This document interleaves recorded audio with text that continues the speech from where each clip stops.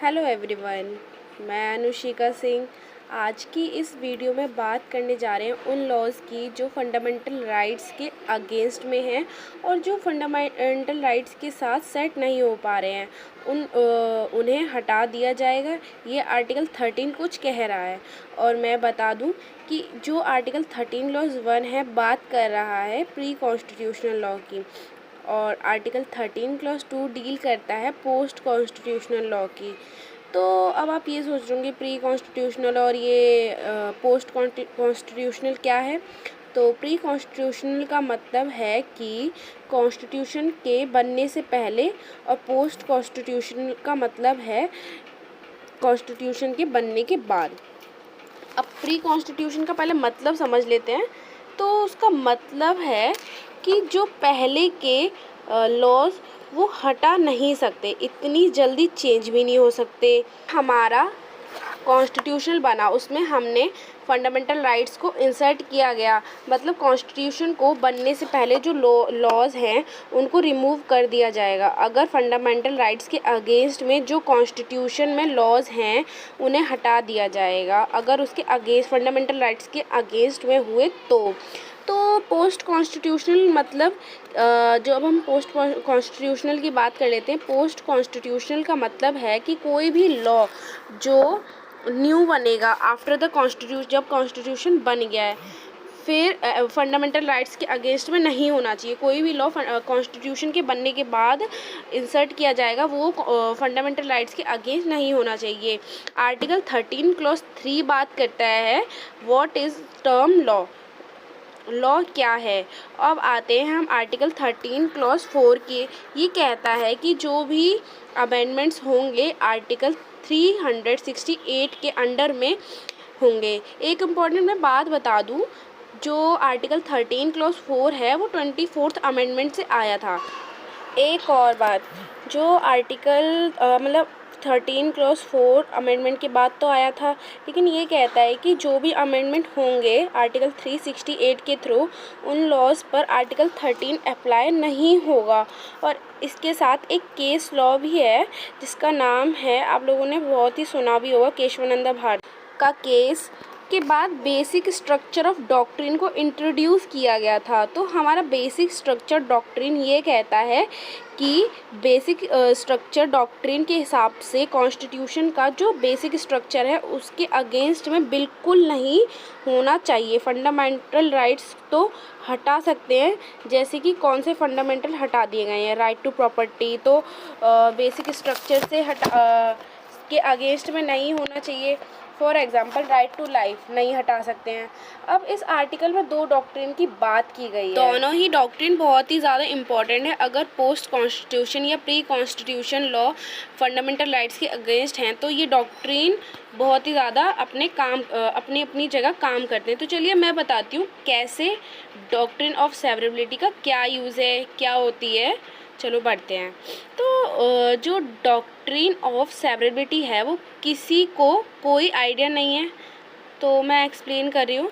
तो doctrine of severability यानी कि सेपरेट करना, किसी को अलग करना। डॉक्ट्रिन ऑफ सेवरेबिलिटी इंडिया में से ये मतलब इंडिया में ओरिजिनेट नहीं हुई है, ये इंग्लैंड में ओरिजिनेट हुई है। किस केस से? Northern Felt versus Maxin, Northern Gin and Communication Company Limited. इसमें जो इश्यूज़ थे वो रिलेटेड थे ट्रेड क्लॉज से। जो डिस्प्यूट क्लॉज था सेवरेबल एंड उसका बस एक पार्ट वॉइड था। तो ये case exact doctrine of severability it will doctrine of blue pencil, मतलब ये पूरी की पूरी सेवरेबिलिटी डॉक्ट्रिन नहीं है, ये ब्लू पेंसिल डॉक्ट्रिन भी कहा था इसको। अब बात करते हैं कि आखिर डॉक्ट्रिन ऑफ सेवरेबिलिटी है क्या। एक एग्जाम्पल के थ्रू बताती हूँ। एक एक्ट है, हमारा ही एक्ट है कॉन्स्टिट्यूशन का, मतलब जिसमें 30 सेक्शंस हैं, जिसमें से एक जो सेक्शन है वो कॉन्स्टिट्यूशन के अगेंस्ट में है। तो फंडामेंटल राइट्स के अगेंस्ट में है, तो क्या हम पूरे एक्ट को इनवैलिड करेंगे? क्या बोलते हो, कोई आइडिया है? तो अगर है तो प्लीज़ कमेंट बॉक्स में बताइएगा। तो मैं अब तो बता ही रही हूँ। तो बिल्कुल नहीं, सिर्फ एक सेक्शन को हटा दिया जाएगा और इसको रूल भी दिया जाएगा। इसमें 2 केस देखेंगे हम लोग, कौन कौन से बहुत ही ज़्यादा लैंडमार्क केस भी हैं और आप लोगों को कॉन्स्टिट्यूशन में बहुत यूजेबल भी हैं और जुडिशरी में भी काम आते हैं, पूछे भी जाते हैं ये केस। तो इन केस का नाम है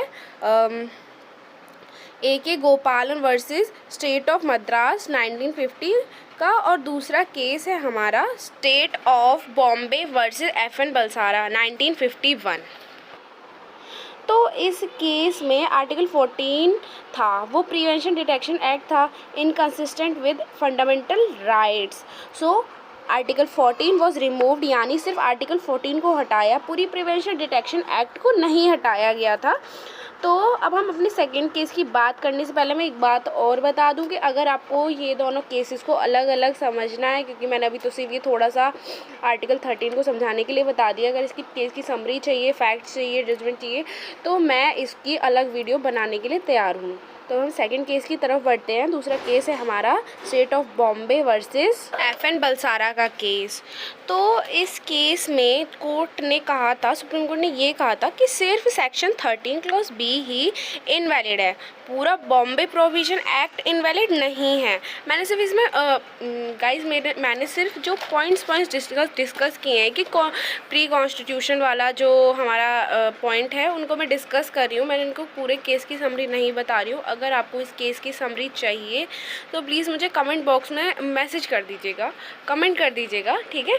तो अब हमारा नेक्स्ट केस है RMDC versus union of India. इस केस में क्या हुआ कि जो टॉपिक है सेवरेबिलिटी का, उसको एक्सप्लेन किया गया है। इस टॉपिक में कैसे अप्लाई करना है, जो इंटेंशन होगा लेजिस्लेशन का वो डिटरमिनिंग फैक्टर होगा, जिसे लॉ को हम पढ़ रहे हैं उसे क्या कहते हैं, कैसे मतलब प्रीएम्बल को पढ़ेंगे ये भी देखना है, उसके बनने का इंटेंशन क्या था, उसको बनने का फंडामेंटल राइट्स का इंटेंशन था कि मान लो जो हमारे पास 30 आर्टिकल्स हैं पार्ट 3 के अंदर, वो भी 3 के अगेंस्ट में, जैसे कि 5 सेक्शन को हमने हटा दिया, बाकी के 25 आर्टिकल जो इनका कोई सेंस नहीं होगा, क्योंकि आप मेन पार्ट हटा दोगे तो बाकी के जो आर्टिकल होगा कोई सेंस नहीं बन रहा है।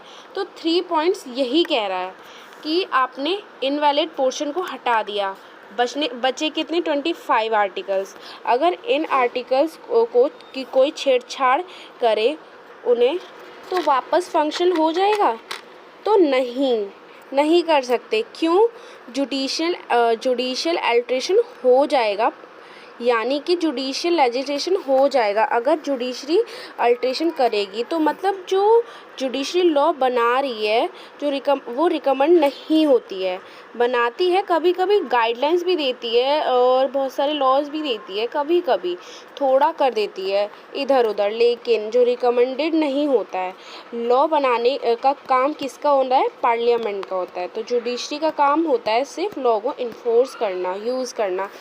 तो आई होप आप लोग को थोड़ा समझ में आ रहा होगा।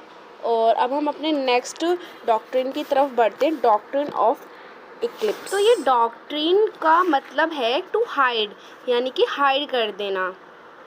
Fundamental rights are prospective in nature. Doctrine of eclipse के हिसाब से फंडामेंटल राइट्स के अगेंस्ट में जो पुराने लॉज हैं वो अब वॉइड, अब इनिशियो नहीं हैं, वो सिर्फ वॉइड हैं। वॉइड तब से हैं जब से फंडामेंटल राइट्स आए हैं, मतलब जब से कॉन्स्टिट्यूशन आया है तब से वॉइड है, उससे पहले नहीं थे। इसका एक केस है Keshav Madhav Menon versus state of Bombay 1951 का। इस केस में कंटेंट किया था कि कॉन्स्टिट्यूशन आ गया है और जो प्रेस इमरजेंसी पावर एक्ट है ये अनकॉन्स्टिट्यूशनल है और मेरे को जिस चीज़ के चार्ज किया था वो गलत थी।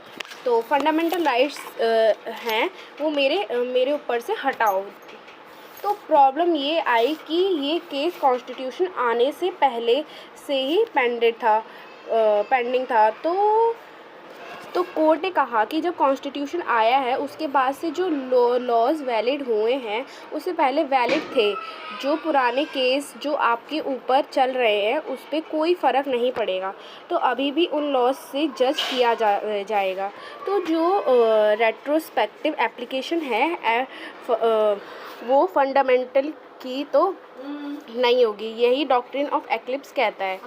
तो इसका सबसे इम्पॉर्टेंट केस है Bikaji versus state of MP. इसी केस में डॉक्ट्रिन ऑफ एक्लिप्स को यूज़ किया गया है, क्योंकि इसमें क्या हुआ था कि जो बैरर मोटर ट्रांसपोर्ट बिजनेस को टेक ओवर करने के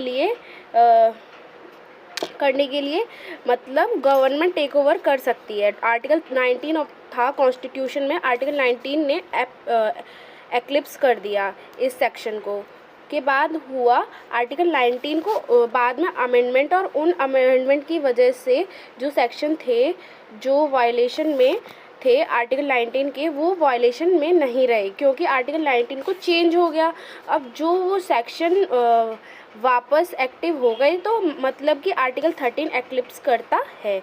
तो पुराने लॉज की मान लो कि जैसे कि सूरज है यानी कि सन है, वो पुराने लॉज को फॉलो करता है, तो आर्टिकल 13 ने एक्लिप्स कर दिया क्योंकि फंडामेंटल राइट्स के अगेंस्ट में है, लेकिन फंडामेंटल राइट्स ही चेंज हो जाएंगे तो ये एक्लिप्स भी हट जाएगा। तो इसका मतलब ये है कि जो लॉज हैं डॉक्ट्रिन ऑफ एक्लिप्स, जिन्हें लगता है कि वो डोरमेंट स्टेट में रहते हैं, वो होते हैं वहाँ पर, वो गायब नहीं हो जाते। एक और एप्लीकेशन है इस डॉक्ट्रिन का कि अपने कुछ फंडामेंटल राइट्स ही कुछ सिटीजन्स को अवेलेबल होंगे। अब वो कौन से आर्टिकल हैं? आर्टिकल 15, 16, 19, 29, 30। ये आर्टिकल सिर्फ सिटीजन्स को ही अवेलेबल होंगे। मान लो अगर कोई पुराना आर्टिकल है तो वो आर्टिकल 16 के अगेंस्ट है, तो वो ऑब्वियसली एक्लिप्स हो ही जाएगा, तभी ये doctrine of eclipse of constitutional law है। लेकिन एक और कंडीशन है कि जो आर्टिकल 16 है वो फॉरेनर्स को नहीं मिलता है, तो जो फॉरेनर्स हैं उनके ऊपर एप्लीकेबल होंगे वो लॉज, लेकिन इंडियन सिटीजन्स पर लॉ एप्लीकेबल नहीं होंगे। तो इंडियन सिटीजन्स के लिए एक्लिप्स हो जाएगा, लेकिन फॉरेनर्स के लिए एक्लिप्स नहीं होगा। तो आज की वीडियो में बस इतना ही। Thank you so much for watching this video. I hope you all understand. Like, subscribe, comment करना ना भूलें।